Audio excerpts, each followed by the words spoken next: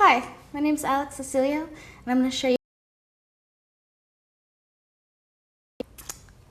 So I've drawn my image, and I'm going to go to the selection tool, which is the black arrow. I'm going to select all of my shapes, and then you're going to go up to Effect,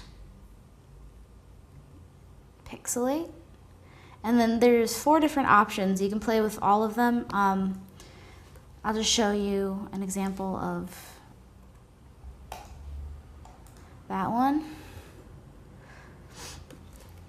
You can keep going back and trying different ones.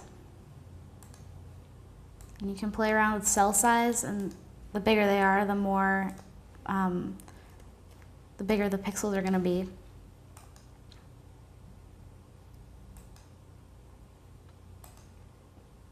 And this one you can pick what medium your pixels are going to be like. So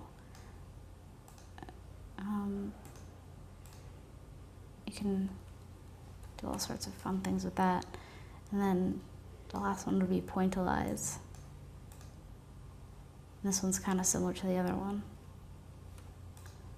And what that did is it took all the colors with the color information within the shape, and it made it